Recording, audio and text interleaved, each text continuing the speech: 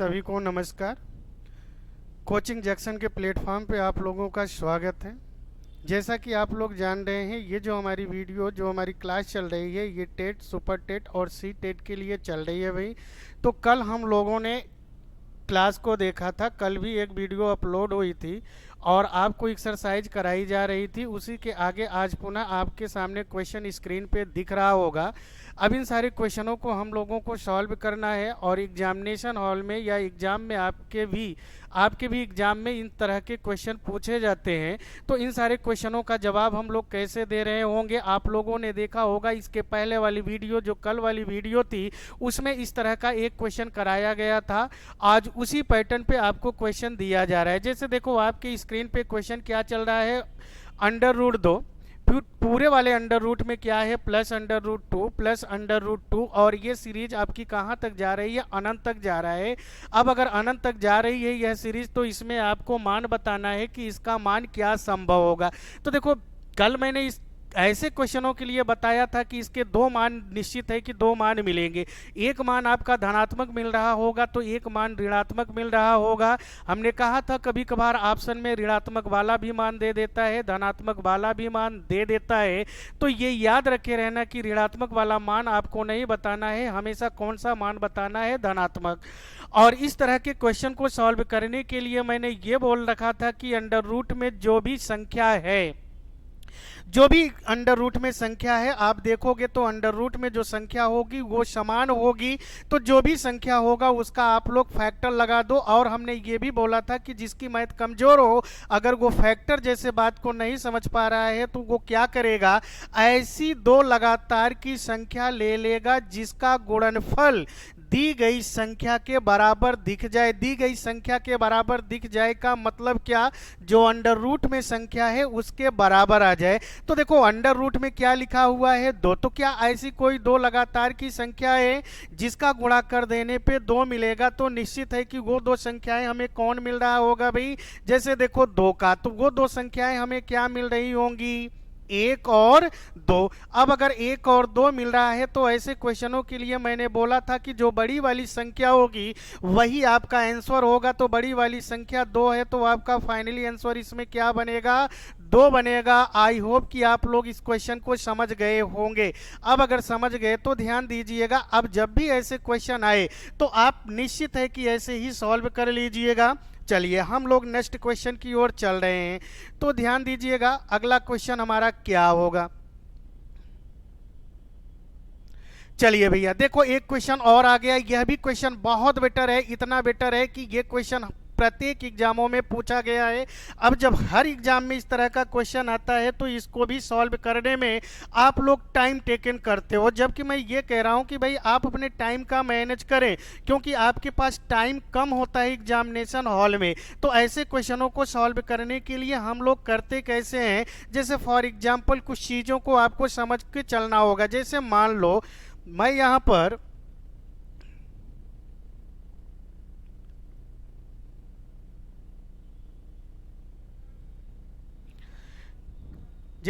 पर एक एग्जाम्पल दे रहा हूं, इसको आप समझने की कोशिश करो। जैसे मैंने आपको क्या दे दिया भाई, 1/√4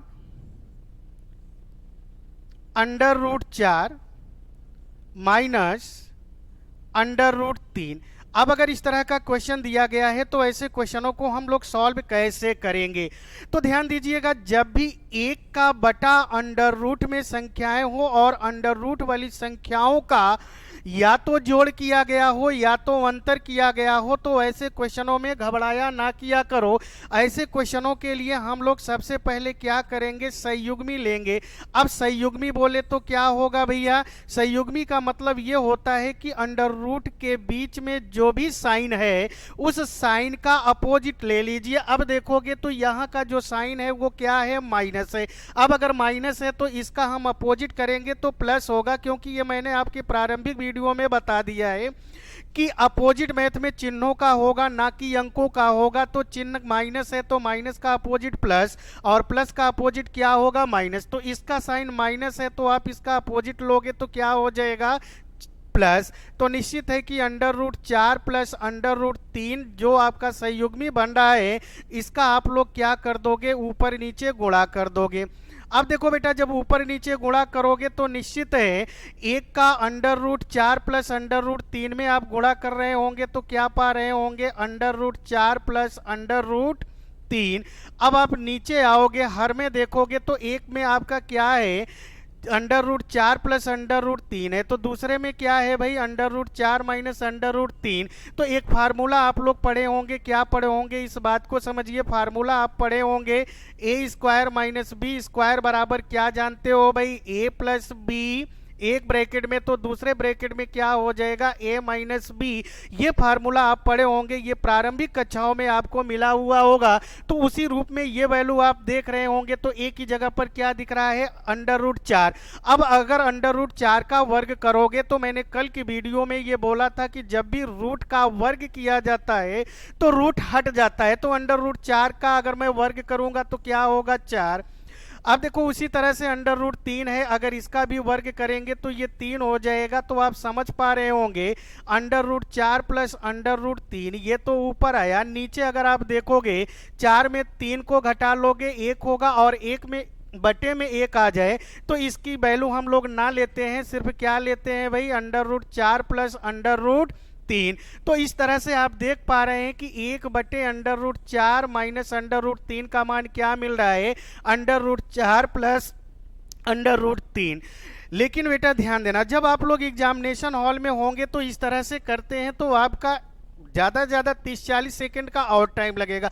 तो ये टाइम आपको लगाना नहीं है, ये क्वेश्चन, इस रूल को हम लोग क्या करेंगे, ब्रेनली सॉल्व करेंगे। ब्रेनली सॉल्व करने का तरीका क्या है, जैसे देखो आप तुरंत देख लिया करिए कि हर में जो अंडर रूट की संख्याएं लिखी गई हैं, क्या उनके वर्गों का अंतर 1 हो रहा है। अगर उनके वर्गों का अंतर 1 हो जाए तो आप तुरंत वैल्यू क्या लिखोगे, इधर सुनो भाई, जो बीच का चिन्ह है उसी को आप बदल दीजिए। जो बीच का चिन्ह होगा अगर उसे बदल देंगे तो ध्यान देना इनके वर्गों का अंतर 1 हो रहा है क्या, शायद हो रहा है। देखो आप, अंडर रूट 4 का वर्ग होता है 4, अंडर रूट 3 का वर्ग होगा 3। अब अगर आप 4 में से 3 को घटाओगे तो एक वर्गों का अंतर 1 आया, तो माइनस था तो उत्तर क्या हो गया, प्लस। ऐसे ही आप ओरली करोगे, ओरली करोगे टाइम का बचत होगा, और टाइम की बचत होगा तो आप ज़्यादा से ज़्यादा क्वेश्चन कर पाओगे, और ज़्यादा से ज़्यादा क्वेश्चन कर पाओगे तो आपका सिलेक्शन होगा। अब इसी रूप में हम लोग क्वेश्चन को देखते हैं।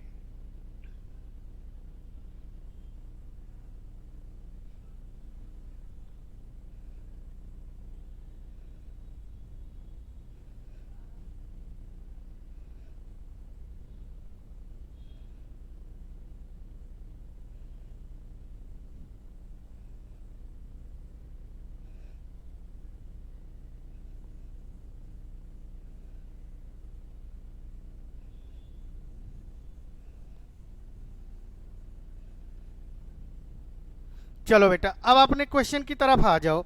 अब देखो अगर मैं क्वेश्चन की बात करूं तो आपका क्वेश्चन क्या लिखा गया है, 1/√9 माइनस अंडर रूट 8। फिर आप आगे वाला टर्म देखोगे तो क्या लिखा है, सॉरी यहाँ पर माइनस है, तो इसे आप लोग क्या कर लोगे भाई, माइनस। ये आपकी वैल्यू माइनस है। अब अगर ये माइनस है तो आप माइनस लिख लो। फिर आगे देखो क्या लिखा हुआ है, under root 8 minus under root 7। फिर आगे वाला साइन देखोगे तो प्लस में है, आपने लिख लिया 1/√7 माइनस अंडर रूट 8। फिर आप देखोगे तो साइन माइनस का लगा हुआ है, आप लगा दो 1/√6 माइनस अंडर रूट 5 हो गया। फिर आप आगे वाला साइन देखोगे तो प्लस है, अब अगर प्लस है तो ये आपने लिख लिया under root 5 minus under root 4। अब थोड़ा सा आप ध्यान दो, यहाँ पर हमने कहा कि जब 1 बटा करके अंडर रूट की संख्याएं लिखी हो तो आप संयुग्मी का काम करोगे। संयुग्मी क्या होता है, बीच का चिन्ह बदल दो। लेकिन मैंने कहा कि आप कैलकुलेशन से दूर हटो, आप कैलकुलेशन ना करो, आपको मैंने समझाया। आप देखो यहाँ पे माइनस का साइन लगा हुआ है, अगर माइनस का साइन लगा हुआ है तो आप ये चेक कर लो क्या इनके वर्गों का अंतर 1 होगा। निश्चित है कि इनके वर्गों का अंतर 1 आ रहा है भाई, क्योंकि अंडर रूट 9 का वर्ग 9 बनेगा, अंडर रूट 8 का वर्ग 8 बनेगा, तो 9 में से 8 को घटा दोगे तो 1 होगा। अब बटे में 1 होगा तो उसकी गणना हम लोग नहीं करते हैं, तो इसका साइन माइनस है, तो आप क्या लिख दोगे भैया, under root 9 plus under root 8। बोलो इस बात को आप समझ पा रहे हो। निश्चित है कि इस बात को आप समझ पा रहे हैं। वैसे ही इसको भी आप चेंज करोगे, लेकिन ध्यान देना अगर पहले माइनस का चिन्ह आया है तो माइनस की वजह से इनके साइन चेंज हो जाएंगे। तो अभी माइनस को इग्नोर करो, इसको आप देखोगे तो क्या होगा, √8 प्लस √7, लेकिन माइनस की वजह से ये क्या हो जाएगा, माइनस √8। बात समझ रहे हैं भैया? तो ये क्या बन जाएगा, √7। बोलो कुछ क्लियर कर पा रहे हो? अब आगे वाला देखोगे तो भाई प्लस है, प्लस है तो कोई भी परिवर्तन नहीं होगा, तो ये क्या हो जाएगा, √7 प्लस √8। बोलो आप समझ तो पा रहे होंगे? बिल्कुल आप समझ पा रहे हैं। तो आगे देखो क्या होगा भैया, घबराना नहीं है।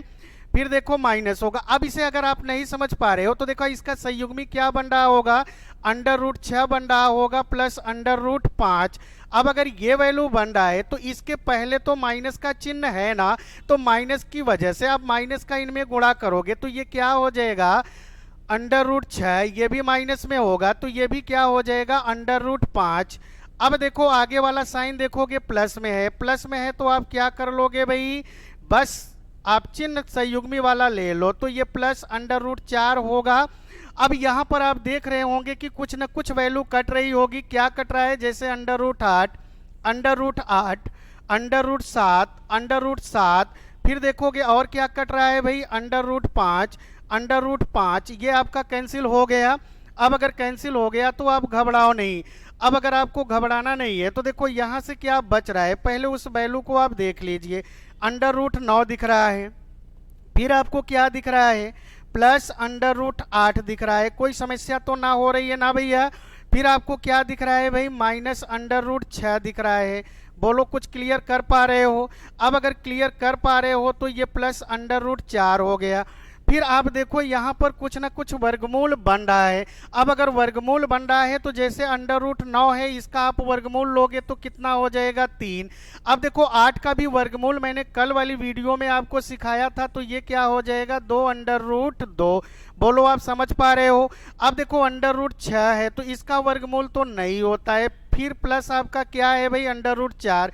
अब इसका वर्गमूल लोगे आप तो ये आपकी वैल्यू हो रही होगी। अब अगर ये भी वैल्यू हो रही तो देखो ये 3 है, ये 2 है, तो 3 और 2 को आप जोड़ लोगे तो कितना हो जाएगा, 5। लेकिन ये वाली वैल्यू आपका अब सरल ना हो रही है तो इसे आप क्या लिख दोगे, 2√2 माइनस √6। अब आप ऐसा देख रहे होंगे कि ऑप्शन में नहीं है, इसीलिए आपको एक ऑप्शन दिया गया है, क्या इनमें से कोई नहीं, तो यही क्या हो जाएगा, सही हो जाएगा। तो बोलो क्या आप लोग समझ पा रहे हो भैया? अब अगर आप समझ पा रहे हो तो अच्छी बात है, कोई समस्या तो नहीं है। अब अगर समझ गए तो चलो आगे वाले क्वेश्चन की तरफ हम लोग बढ़ रहे हैं भैया। चलो आगे वाला क्वेश्चन क्या है, इसको भी समझिए थोड़ा सा।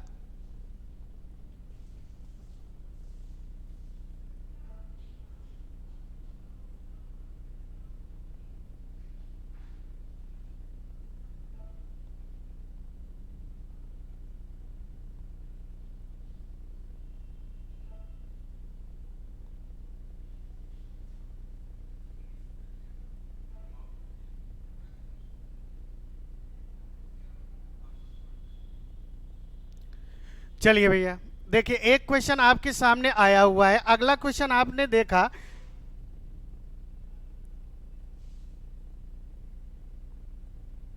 चलिए इस क्वेश्चन में देखिए, इस क्वेश्चन में उन्होंने क्या किया हुआ है, √2 का मान दे दिया है। अगर √2 का मान दे दिया है तो आपको वैल्यू पूछ रहा है कि 7/3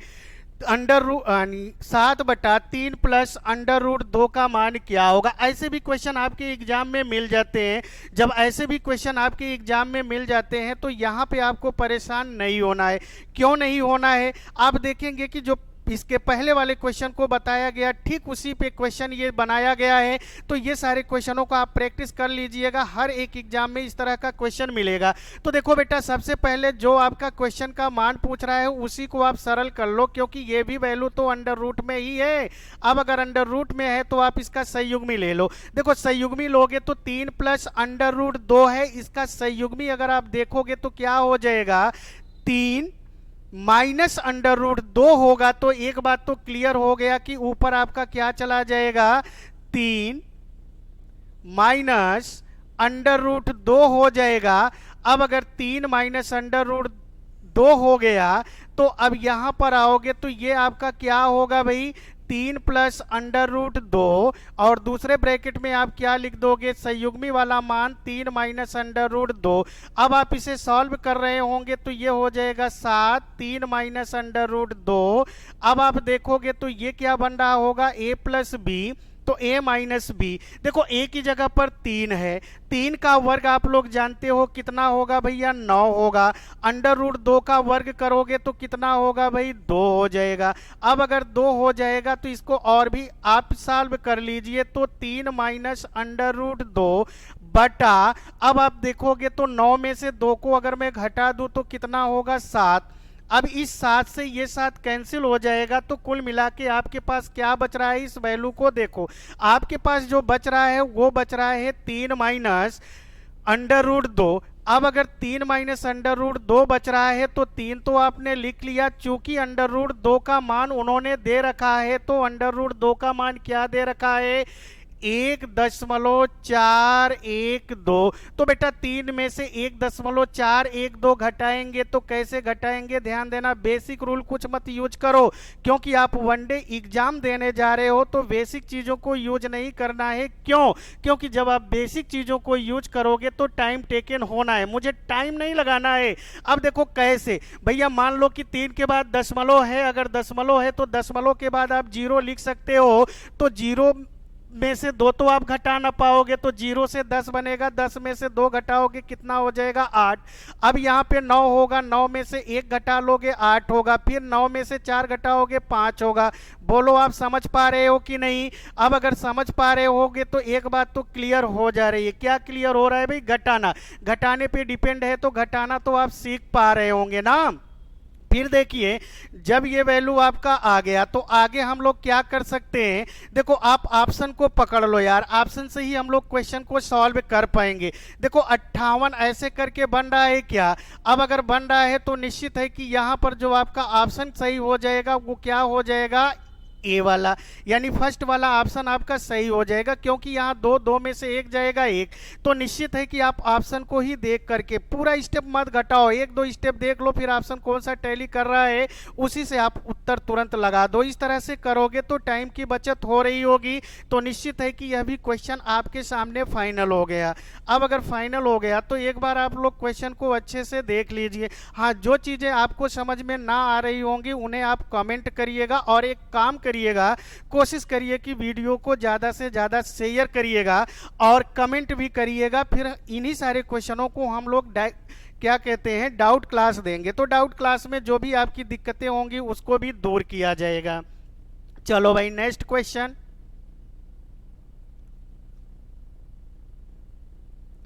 देखो।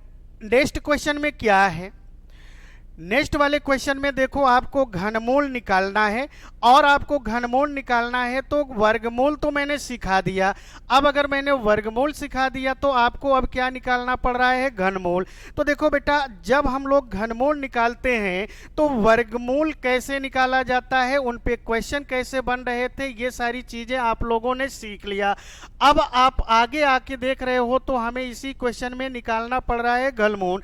तो घनमूल निकालने का भी तरीका होता है, आपको बताया गया होगा कि जिस भी संख्या का घनमूल आप लोग निकाल रहे हो उसका आप फैक्टर किया करो, फैक्टर करने के बाद क्या किया करेंगे, पेयर बनाया करेंगे। वर्गमूल में 2-2 का पेयर बन रहा था, तो घनमूल में 3 का एक पेयर बनाओगे इस तरीके से। लेकिन जब आप फैक्टर करोगे तो फैक्टर करने में भी टाइम लगता है, तो चलो हम लोग कुछ शॉर्ट तरीका सीखते हैं, जैसे वर्गमूल वैसे ही घनमूल।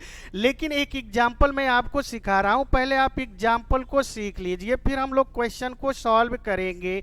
अब अगर मैं क्वेश्चन को सॉल्व करूंगा तो ध्यान दीजिए, वर्गमूल में आप क्या कर रहे थे, पीछे की तरफ से 2 को लेकर के एक जोड़ा बना रहे थे, बाकी जो बच जा रहे थे अच्छी बात थी, कि बच जा रहे थे अच्छी बात थी, लेकिन मुझे घनमूल निकालना है तो हम पीछे से क्या करेंगे, तीन संख्याओं का एक जोड़ा बनाएंगे। अब अगर तीन संख्याओं का एक जोड़ा बनाएंगे तो यहाँ का इकाई अंक कितना है भाई, 8 है। अब अगर 8 है तो आप ये सोचना चालू कर दो कि ऐसी कौन सी संख्या होगी जिसका घन करने पर इकाई अंक मुझे क्या मिल जाए, 8। तो आप जानते होंगे अगर मैं 2 का घन करूं, घन का मतलब होता है कि उसी संख्या का 3 बार गुणा। अब अगर आप 2 को देख रहे हैं तो 2 को अगर आप 3 बार गुणा कर लें, अब अगर आप 3 बार गुणा कर लेंगे तो निश्चित है कि बेटा क्या होगा, 2 दूना 4 दूनी 8। आप समझ पा रहे होंगे। तो निश्चित है कि इस 8 के लिए मैंने इकाई अंक क्या लिख लिया, 2। अब अगर 2 लिख लिया तो देखो इसका पेयर नहीं बना, पेयर नहीं बना बाद में कोई बात ना है, लेकिन पीछे से पहले तीन संख्याओं का जोड़ा बना लेना। अब अगर ये 74 बच गया तो आप ये देखो कि 74 किन दो संख्याओं के घनों के बीच में आता है। अब अगर आप देख रहे होंगे 74 को, तो अगर आप 4 का घन कर लें तो 4 का घन क्या होता है, 64। अब इसी तरीके से 4 के आगे अगर मैं 5 लूं तो 5 का घन कितना होगा भाई, 125। अब अगर इन दोनों संख्याओं से आप इसका कंपेयर करें तो 64 और 125 के बीच में ही 74 होगा। तो यहां से मुझे दो संख्या तो मिल गई, एक संख्या आपकी 4 है तो दूसरी क्या है, 5। तो मैंने कहा था कि इनका गुणा कर ले। अब देखो वर्गमूल में गुणा करना होता है लेकिन घनमूल में आपको गुणा ना करना है। इसमें से सदैव छोटी वाली संख्या लेंगे तो छोटी वाली संख्या क्या हो रही है, 4। तो इस क्वेश्चन का जो घनमूल बनेगा वो कितना बन जाएगा, 42। ठीक इसी तरीके से हम इस वाले क्वेश्चन का जवाब देंगे। इस वाले क्वेश्चन का अगर मैं जवाब दूं तो क्वेश्चन में क्या लिखा गया है, 4096। अब देखो पीछे की तरफ से आप तीन संख्याओं का एक जोड़ा बना लिया, 2 4 का नहीं बना कोई बात ना है, आप परेशान ना होना, पीछे से जोड़ा बनाना, जितना जोड़ा बन जाए अच्छी बात है, जिसका जोड़ा ना बने तो परेशान मत होना। अब यहां पर देखोगे इकाई अंक 6 है तो आप तुरंत गेस करो कि किस संख्या का घन करने पर इकाई अंक 6 आएगा। तो निश्चित है कि अगर मैं 6 का घन कर दूं तो 6 के घन को करने पर क्या मिलेगा भाई, 216 मिलेगा। 216 में अगर मैं देखूंगा तो इकाई अंक मेरा क्या होगा, 6। अब यहां पर देखो क्या बच रहा है, 4। अब अगर 4 बच रहा है तो इस 4 को देख लीजिए किन दो संख्याओं के घनों के बीच में आएगा। तो यह जो 4 है निश्चित है कि 1 का घन 1 होगा, 2 का घन आप कर दोगे तो 8 होगा, तो इसी के बीच में ही तो है। अब अगर इसी के बीच में है तो छोटी वाली संख्या 1 है, तो इसके लिए आप क्या लिख लोगे, 1। तो 4096 का जो घनमूल आएगा वो कितना आया, 16। तो इसका सही जवाब क्या हो जाएगा भाई, 16। बोलो क्या कुछ बातें क्लियर कर पा रहे हैं। अब एग्जामिनेशन हॉल में क्वेश्चन आएगा, अगर इस नियम का आप यूज करते हो तो निश्चित है कि आप टाइम की बचत कर लोगे। जो मैं आपसे कहता हूं किसी भी क्वेश्चन को लगाने के लिए 10 सेकंड से ज़्यादा समय नहीं लेना है। अगर आप 10 सेकंड से ज़्यादा समय लोगे तो निश्चित है कि आप टाइम टेकन कर रहे हैं और सारे क्वेश्चनों का जवाब ना दे पाएंगे। तो ये थोड़ा सा आप हट के देखो, थोड़ा सा लॉजिक ब्रेन को यूज करके, थोड़ा सा अलग नियमों का यूज करके फटाफट आप निकाल सकते हो। तो आई होप कि आप इस क्वेश्चन को भी समझ गए होंगे कि घनमूल कैसे निकाला जाता है। चलो आगे वाले क्वेश्चन पे हम लोग चलते हैं।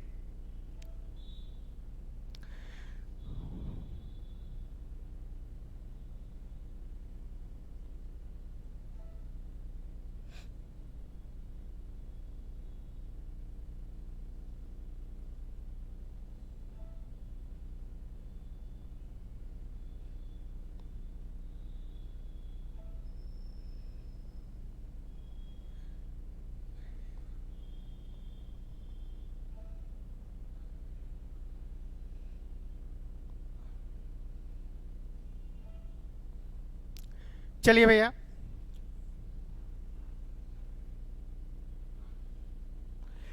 भैया, क्वेश्चन आपका यहीं से लास्ट है। कोई बात ना है, मैं इसके आगे भी आपको क्वेश्चन दूंगा। तो घनमूल निकालना तो आप लोगों ने सीख पाया है। चलो, अगर घनमूल निकालना आप लोगों ने सीख पाया तो आप घबराओ नहीं, आपको एक्सरसाइज और भी दी जाएंगी, बस थोड़ा सा आपको इंतजार करना होगा। तो निश्चित है, चलो हम आगे एक चैप्टर को लेके चल रहे हैं, फिर इसकी एक्सरसाइज आपको कल आगे और भी मिल जाएगी।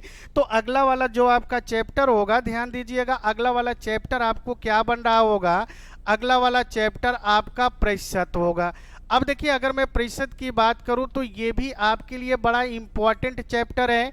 अब अगर ये इंपॉर्टेंट चैप्टर है तो ध्यान दीजिएगा क्या कैसे हम लोगों को करना पड़ेगा। देखो, परसेंटेज एक ऐसा चैप्टर है, इसकी लॉजिक क्या होती है, बस उस लॉजिक को आप सीख लीजिए। अर्थात मैं लॉजिक की बात करूं तो वो दो लॉजिक क्या होते हैं, ध्यान दीजिएगा। वो दो लॉजिक आपका होता है प्रतिशत को भिन्न में बदलना, प्रतिशत को भिन्न में बदलना, और दूसरा क्या होता है, प्रतिशत को लाना। अब अगर मैं प्रतिशत को लाना की बात कर रहा हूं तो क्या होगा, इस बात को समझिए। बस ये दो लॉजिक अगर आप सीख लेते हो तो परसेंटेज जैसे चैप्टर भी आपके लिए सरल हो जाएगा। फिर आपको कोई रूल, कोई फार्मूला, कोई नियम पढ़ने की आवश्यकता ना है, बस ये दो लॉजिक हमारी सीख जाओ।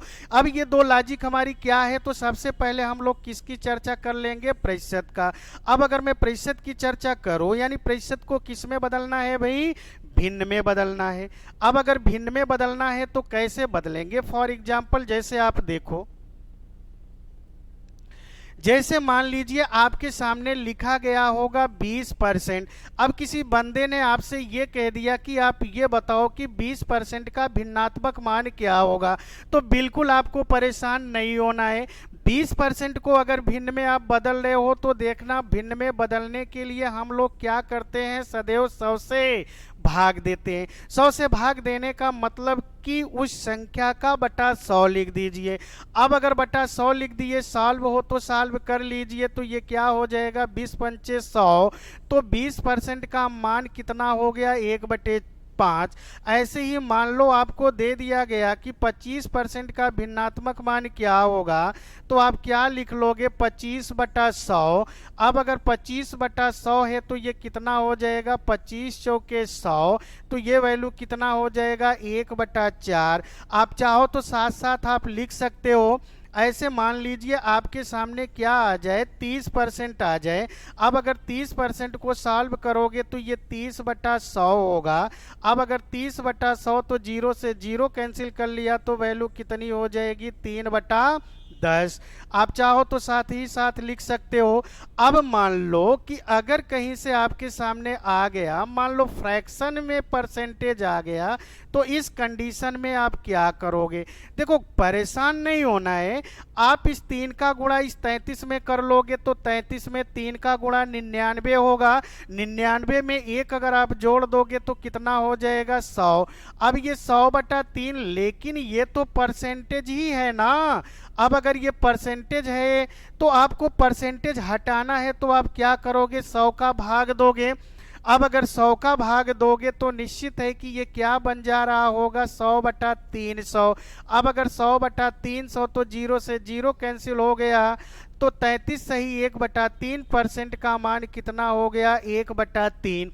ऐसे ही मान लो आपके सामने क्या आ जाए, 11 सही 1/9%, तो इसे आप लोग क्या करोगे, सॉल्व। तो देखो, 11 का 9 में गुणा 99, 99 में 1 जोड़ेंगे तो 100, 100 अब देखो आगे स्टेप नहीं बढ़ाना है, यहीं पे परसेंटेज हटाना है, तो बटे में 900 हो जाएगा। अब इसको आप सॉल्व कर लें तो ये वैल्यू 1/9। बोलो, क्या कुछ बातें आप समझ पा रहे हैं। तो जब भी आपको परसेंटेज को भिन्न में बदलना होगा तो इस तरीके से आप कर सकते हो। अब देखो, इसको आपको सीखना पड़ेगा, क्योंकि ये सारी वैल्यू आप सीख जाओगे तो क्वेश्चन आपके लिए बड़े आसान होंगे। अब देखो, इन पे एक्सरसाइज कैसे होती है इस बात को आप समझिए। अगर मैं एक्सरसाइज की बात करूं तो क्वेश्चन आप में लिख देता है, जैसे क्या कहा गया, यदि किसी संख्या में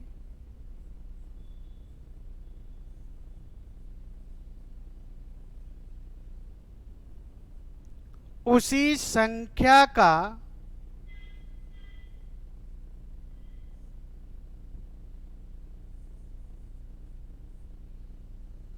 20% जोड़ दिया जाए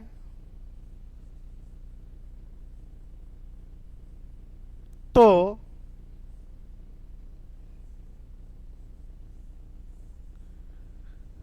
परिणामी संख्या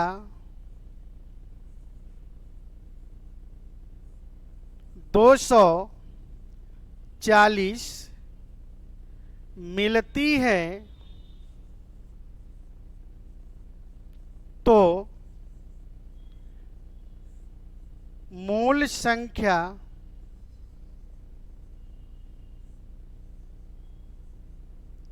'क्या होगी। अब इस तरह से क्वेश्चन आपको यूज कर लेगा।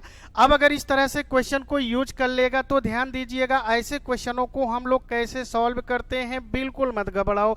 देखो, एक बात तो आप मेरी याद करके रखो कि जब भी परसेंटेज आ जाए तो परसेंटेज को भिन्न में कैसे बदला जाता है वो मैंने आपको बता दिया। तो आप परसेंटेज को भिन्न में बदल करके भी सॉल्व कर सकते हो। अगर ये भी बातें आपको ना समझ में आए तो जब भी परसेंटेज के क्वेश्चन आ जाए तो आप यहाँ पर देख रहे होंगे कि वह संख्या क्या है मुझे बतानी है, ये मुझे कंफर्म नहीं है, तो आप संख्या को मानने लगते हो। बहुत लोग क्या मानते हैं, यक्स। ना बेटा, ऐसा मानने की कोई भी जरूरत ना है। जब भी परसेंटेज के क्वेश्चन आए तो सदैव आप लोग मान लिया करो कि वह संख्या हमारी क्या है, 100 है। अब अगर वह मेरी संख्या 100 है तो 100 का आप 20% निकालोगे। क्यों निकालोगे? क्यों कि उन्होंने कहा है कि संख्या का 20%। तो ध्यान दीजिएगा, जब भी हम 100 का कुछ भी परसेंट निकालेंगे तो सदैव वह परसेंटेज मान ही आएगा। जैसे 100 का 20% मैं निकाल रहा हूं तो 100 का 20% कितना बनेगा, 20। आप समझ पा रहे हो? देखो, जो स्टूडेंट्स नहीं समझ पा रहा है वो देखेगा, वो क्या देखेगा कि मुझे 100 का 20% का मतलब गुणा होता है, 20% है। अगर परसेंटेज को हटाओगे तो बटे में 100 लिखोगे, ये मैंने अभी बात बताई। अब अगर इस 100 से 100 आप कैंसिल कर रहे होंगे तो वैल्यू कितनी आ रही होगी, 20। अब अगर वैल्यू 20 आ रही है तो आप ऐसे आप रफली कर सकते हो, लेकिन ये उन स्टूडेंट्सों के लिए है जिनकी मैथ कमजोर है। लेकिन जिनकी मैथ थोड़ी सी अच्छी है तो वो ओरली करेंगे इन सारे मानों को। तो निश्चित है कि 100 का 20% 20 हो गया, तो 20 आ गया तो मुझे उस संख्या में 20 को जोड़ देना है। संख्या आपने कितना माना है, 100। अब अगर 100 में आप 20 जोड़ोगे तो कितना हो जाएगा, 120 यूनिट बना लो आप, क्योंकि आप मान के चल रहे हो। तो 120 यूनिट बराबर कितना हो गया, 240। देखो, टेबल आपको आता होगा, 120 दूना कितना होता है, 240। तो यहां पर ये कैंसिल हुआ तो ये क्या बता रहा है कि 1 यूनिट बराबर 2। लेकिन आप तो माना हुआ है ना संख्या मेरी 100। अगर 1 यूनिट बराबर 2 है तो 100 यूनिट बराबर कितना हो जाएगा बेटा, 200। तो एक बात तो क्लियर हो गया कि हमारी जो मूल संख्या थी वो कितनी थी, 200। तो परसेंटेज को भिन्न में अप्लाई करके हम लोग कैसे सॉल्व करेंगे, एक नियम तो मैंने बता दिया। देखो, कुछ स्टूडेंट्स ऐसे भी होंगे जो ये चाह रहे थे कि क्या सर परसेंटेज को हम भिन्न में बदलकर यूज कर पाएंगे। बिल्कुल। देखो, कैसे कर पाओगे इस बात को समझिए। क्वेश्चन आपके सामने था, वो आप लोगों ने देख लिया। देखो, क्वेश्चन में क्या कह रहा है, किसी संख्या का 20% उसी संख्या में जोड़ दिया जाए तो परिणामी संख्या 240 आती है, तो मूल संख्या क्या होगी। तो घबराओ नहीं, 20% है क्या। अब अगर 20% है तो 20% को भिन्न में बदलोगे तो 1/5 होगा। अभी अभी हमने समझाया। तो एक बात तो क्लियर है कि 1/5 ये भिन्नात्मक मान आ गया। तो जो हर में संख्या होती है वो सदैव आपकी मूल संख्या होती है। अब अगर मूल संख्या होती है तो मूल संख्या कितना बन रहा है भाई, 5। अब जो भी परिवर्तन होगा वो अंश वाला मान परिवर्तन होता है। तो अगर मूल संख्या 5 है तो आपका परिवर्तन 1 हो रहा है, चूंकि उन्होंने जोड़ने की बात कहा था तो 5 में आप एक क्या कर दोगे प्लस, अगर घटाने को कहा होता तो आप घटा देते। तो 5 में एक जोड़ोगे तो कितना हो जाएगा 6। अब जब 6 हो गया तो ये मान कितने के बराबर हो गया 240। तो 6 से अगर 240 को काटोगे तो 40 होगा, 1 यूनिट बराबर 40 हो गया। तो मूल संख्या आपने माना है 5 यूनिट, तो 5 यूनिट बराबर कितना हो जाएगा 200। तो देखो इससे भी तो वही आंसर आ रहा है। तो आप निश्चित है कि जो भी बातें आप समझ पाए या जो भी लगे कि एग्जामिनेशन हॉल में मैं इस नियम से फास्टली सॉल्व कर लूंगा, उसी को आप अप्लाई करिएगा। तो ये दो नियम है, इनको आप ध्यान दिए रहिएगा। इसी तरीके से हम सारे क्वेश्चनों को सॉल्व करेंगे। अब हमें किसी भी फार्मूले की आवश्यकता ना है, किसी नियम की आवश्यकता ना है कि बस आप फार्मूले और रूल के पीछे भागो, भागने की जरूरत ना है। चलो भाई, अगर मान लो इसी क्वेश्चन में मैं ये कह दिया होता कि जो आपकी मूल संख्या है उसमें हमने कितना जोड़ दिया भाई, मान लो ये मैं दूसरा क्वेश्चन बना रहा हूं, क्वेश्चन आप वीडियो को पीछे करके देख सकते हैं। अगर मान लीजिए इसी में मैंने ये कहा कि 33 सही 1/3 जोड़ देता हूं, तो जो हमारी परिणामी संख्या होती है, परिणामी संख्या हमारी बन जाती है 1616। अब अगर 1616 बन जाती है तो आपको ये बताना पड़ेगा कि आप ये बता दो कि मूल संख्या क्या होगी। तो अब घबराओ ना बेटा, देखो अब यहाँ पे समस्या होगा। अगर आप मान लेते हो कि वह मूल संख्या हमारी 100 है, अब सॉल्व करोगे तो यार ये वैल्यू तो 33 सही 1/3% हो गया। अब आपको जोड़ने में समस्या आ रही होगी, इसीलिए मैं कहता हूं कि बेटा थोड़ा सा हट के सोचा करो। अब देखो वैसे 100 मान के चलूंगा तो मुझे समस्या होगा, तो हम लोग क्या कर लेते हैं, इसको तुरंत भिन्न में बदल लेते हैं। इसको अभी मैंने भिन्न में बदला था तो ये क्या होगा, चलो फिर से बताता हूं। 33 का 3 में गुणा 100 9 99 होगा, 99 में एक जोड़ोगे तो 100 होगा, इसका बटा 300 कर लोगे तो निश्चित है कि ये आपको कितना मिल गया 1/3। अब अगर 1/3 मिल गया तो ये मूल संख्या आपकी 3 हुआ, तो आपने परिवर्तन कितना किया है, इसमें 1 जोड़ दिया। अब अगर 3 में 1 आप जोड़ोगे तो कितना बनेगा बेटा 4 यूनिट बनेगा। क्या 4 यूनिट बराबर 1616। तो इस 4 से आप काट दो। देखो कैंसिल करने में बहुत लोग परेशान भी होते हैं, वे कैसे कर देंगे 4 चौक 16, 4 चौक 16 ना बेटा, ये बिल्कुल गलत है। कैसे कैंसिल करोगे 4 चौक 16, ये कंप्लीट सॉल्व कैंसिल हो गया। तो पहले आप 0 बढ़ाओगे तो 4 चौक 16, तो 1 यूनिट बराबर कितना मिल गया 404। अगर 1 यूनिट बराबर 404 मिल गया तो मुझे मूल संख्या बतानी है, तो मूल संख्या कितनी है 3 यूनिट। अब अगर 3 यूनिट का मान बताना है तो 404 में कितने का गुणा कर देंगे 3 का। अब अगर 3 का गुणा करेंगे तो ये वैल्यू कितना आ जाएगा 1212। आई होप कि आप कुछ बातों को समझ पा रहे होंगे। तो ऐसे नियम को यूज करेंगे तो निश्चित है कि आप प्रैक्टिस के दौरान जब आप प्रैक्टिस कर लेंगे तो ऐसे क्वेश्चन को ओरली भी सॉल्व कर ले जाएंगे। मुझे कोई भी पेन कागज कॉपी की जरूरत ना है। चलो अब अगर इस बात को समझ गए तो एक मैंने दूसरा रूल क्या बताया था कि मुझे परसेंटेज को लाना होगा। तो जब मैंने परसेंटेज को भिन्न में बदला है तो 100 से भाग दिया, लेकिन अगर मुझे परसेंटेज को लाना होगा तो मैं क्या कर दूंगा 100 का गुणा। तो बस दो रूल याद रखना, परसेंटेज को भिन्न में बदलना है तो 100 का भाग दो, परसेंटेज को लाना है तो 100 का गुणा करोगे। कैसे करोगे इस बात को आप समझिए। यही दो रूल है, इन दोनों रूलों को आप एकदम से तैयार कर लो, सारे क्वेश्चन हमारे लग जाएंगे फटाफट। अब मान लो कि अगर मुझे प्रतिशत लाना है, जैसे कहीं लिखा हो कि आप ये बताओ कि 3/4 का प्रतिशत मान क्या होगा।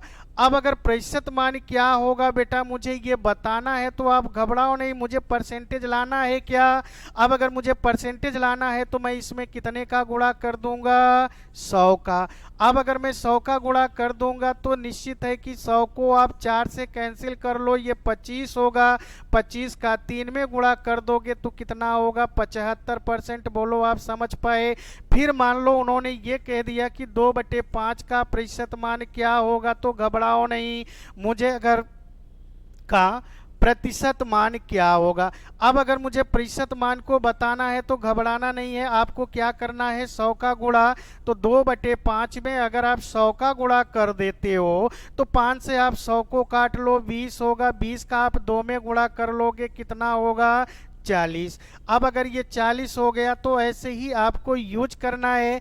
अब अगर यूज करना है तो देखो इन पे वो क्वेश्चन कैसे बना रहे होंगे।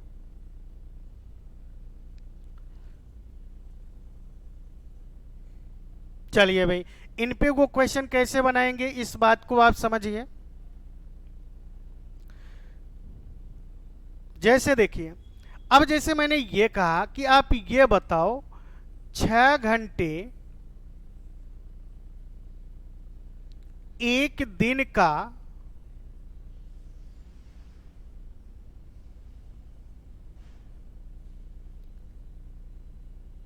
कितना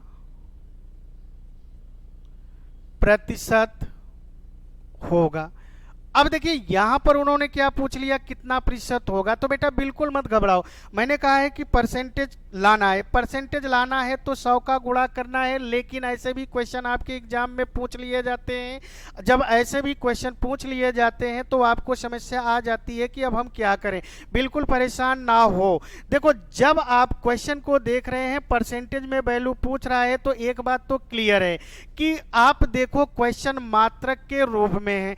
अब अगर मात्रक के रूप में है तो मैथ का ये नियम है कि मात्रक पे क्वेश्चन आए तो मात्रक मेरे सेम है, सारे मात्रकों को सेम करना पड़ेगा। अब अगर मैं मात्रक की बात करूं तो यहाँ एक मात्रक आपको घंटे में दिया है तो एक मात्रक किस में दिया हुआ है, दिन में। या तो सारी की सारी कंडीशन दिन में हो जाए या तो सारी की सारी कंडीशन घंटे में हो जाए तो क्वेश्चन मेरे लिए सरल हो जाएगा। अब अगर सरल होगा तो हम या तो घंटे को दिन में बदल दें या तो दिन को घंटे में बदल दें। तो एक बात याद रखना, जब भी मात्रकों को चेंज करने की जरूरत हो तो एक बात को याद रखे रहना, सदैव बड़े वाले मात्रक को छोटे वाले मात्रक में बदलेंगे। तो यहां पर अगर मैं देखूंगा तो बड़ा मात्रक क्या है, दिन, और छोटा मात्रक क्या है, घंटे का। तो हम दिन को घंटे में बदल ले रहे हैं। तो आप लोग जानते ही हो कि एक दिन बराबर कितना होता है, वही 24 घंटे। अब अगर एक दिन बराबर 24 घंटे हो गया तो देखो मात्रक आपका सेम हो गया, ये भी घंटे में है तो ये भी बदल गया, घंटे में हो गया। तो ध्यान देना बेटा, जब हम मुझे परसेंटेज लाना होता है तो एक अहम बात होती है, वो क्या कि आप हमेशा देखा करो कि किसका कंपेयर किससे किया जा रहा है। तो जिससे आप कंपेयर करोगे वह वैल्यू सदैव कहाँ लिखनी होगी, बटे में। इस बात को याद रखना, अगर यह बात आपके दिमाग में रहेगी तो हमेशा क्वेश्चन क्लियर होगा, नहीं तो क्वेश्चन आप 99% गलत कर दोगे। मैंने क्या बोला कि जिससे आपको कंपेयर कर रहे हो उसे आप सदैव क्या करोगे, बटे में लिखोगे। तो मैं 6 घंटे का कंपेयर किससे कर रहा हूं, दिन से, और दिन को मैंने बदला तो किस में आया, 24 घंटे। तो 6 घंटे का कंपेयर एक दिन से कर रहा हूं तो घंटे वाला मान ऊपर लिख लो। मैं दिन से कंपेयर कर रहा हूं तो एक दिन में कितने घंटे होते हैं, 24। बोलो आप समझ पा रहे हो। अब अगर आपको परसेंटेज लाना है तो क्या करोगे, 100 का गुणा कर लोगे। देखो ये वैल्यू कट जा रहा है, 6 चौके 24, 4 से 100 काट दोगे तो कितना हो जाएगा, 25%। बोलो आप समझ पा रहे हो, बिल्कुल आप समझ पा रहे होंगे। तो 6 घंटा एक दिन का कितना प्रतिशत होगा भाई, 25%। मान लो यहां पर वो 6 घंटे ना करके कितना कर दिया होता, 8 घंटे, तब फिर आप क्या करते, तो निश्चित है कि आप वही करो यार। अब ये 8 घंटा हो गया, बटे में आप कितना लिख दोगे, 24। परसेंटेज लाना है तो क्या करोगे, 100 का गुणा। अब 8 से आप 24 को काटोगे 3। अब 3 से 100 ना कटेगा तो आप भाग दोगे। अब अगर आप भाग दोगे तो कितनी बार जाएगा, 33 बार जाएगा। अब अगर 33 बार गया तो शेषफल कितना बचेगा, 1/3। तो 8 घंटा एक दिन का कितना प्रतिशत हो जाएगा, 33 सही 1/3। तो कभी कभार ऐसे मात्रकों पे क्वेश्चन आ जाता है, तो जब मात्रकों पे क्वेश्चन आ जाए तो आप घबराना नहीं, इसी तरीके से सॉल्व करना। और भी देखो आपके एग्जाम में क्वेश्चन क्या पूछता है। जैसे ये वैल्यू आप लोगों ने सीख लिया, अब वो क्वेश्चन कह देता है, जैसे मान लो उन्होंने कहा कि ए रेशियो बी बराबर, रेशियो तो जानते हैं ना बेटा, 3/4 है। तो वो तुरंत क्वेश्चन कर लेंगे कि आप ये बताओ ए बी से कितने प्रतिशत कम है। अब देखो कितने प्रतिशत कम है ये उन्होंने पूछ लिया, तो आप बिल्कुल मत घबराओ। ऐसे भी क्वेश्चन आपके एग्जाम में लगे होते हैं, ऐसे ही क्वेश्चन ही आते हैं यार, ऐसे ही क्वेश्चन ही बनते हैं। तो आने की बात छोड़ दीजिए, ऐसे ही क्वेश्चन होंगे। तो देखो उन्होंने रेशियो में दे दिया, तो आप घबराओ नहीं। इसको हम कैसे सॉल्व करेंगे? देखो अगर रेशियो में मान दिया है तो ये आप समझ लो कि जो है वही उनके मान है। यानी कहने का मतलब कि ए का मान 3 है तो बी का मान कितना है 4। यानी कि ए के पास है 3 रुपया तो बी के पास है 4 रुपया। तो ए का जो रुपया है बी के रुपए से कम है तो कितना कम है बेटा? 1 रुपया कम है क्या?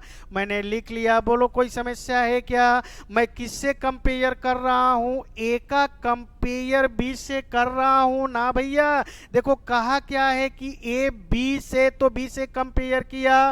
बी का मान कितना है? 4 है तो बटे में 4 गुणे 100। अब आप 4 से 100 को काटोगे तो कितना होगा? 25%। बोलो आप समझ पा रहे हो क्या? एक वैल्यू तो क्लियर हो गया ना कि ए जो है बी से कितने प्रतिशत कम है? 25%। लेकिन अगर मान लो यहीं पे क्वेश्चन ये कर देता कि आप ये बता दो कि बी ए से कितने प्रतिशत अधिक है। अब देखो अधिक की बात उन्होंने कर लिया क्या? तो बेटा यहां से सदैव आपके 2 क्वेश्चन तो बनते ही हैं। क्या बनते हैं? कितने प्रतिशत कम है या कितने प्रतिशत अधिक है। अब देखो मैंने कम का भी बता दिया। अभी आओ अधिक कितना है वो बात देखो। तो देखो बी का कंपेयर ए से हो रहा है क्या? अब देखो अगर बी का कंपेयर ए से हो रहा है तो बी के पास 4 रुपए है तो ए के पास 3 रुपए है। तो बी के पास ए से कितना अधिक है? 1 रुपया। अब अगर 1 रुपया अधिक है तो मैं किससे कंपेयर कर रहा हूं? बी का ए से। तो ए का मान कितना है? 3 रुपया। परसेंटेज लाना है। सो आप 100 का गुणा कर दो, भाग दोगे तो कितनी बार जाएगा? 33 बार जाएगा। एक शेष फल बचेगा, बटे में क्या हो जाएगा? 3। तो ये कितने प्रतिशत अधिक हो गया? 33 सही 1/3। ये कितने प्रतिशत कम है? 25%। तो बातें तो समझ पाए ना। ये हमारे 2 रूल हैं। इन दोनों रूलों को आप तैयार कर लीजिएगा। अब अगर ये रूल तैयार होगा तो इन पे हम सारे क्वेश्चनों को सॉल्व कर लेंगे। ये 2 रूल आप तैयार कर लीजिएगा और कल की वीडियो में हम लोग क्या करेंगे? इन पे एक्सरसाइज को कर रहे होंगे। तो आज की वीडियो बस इतनी।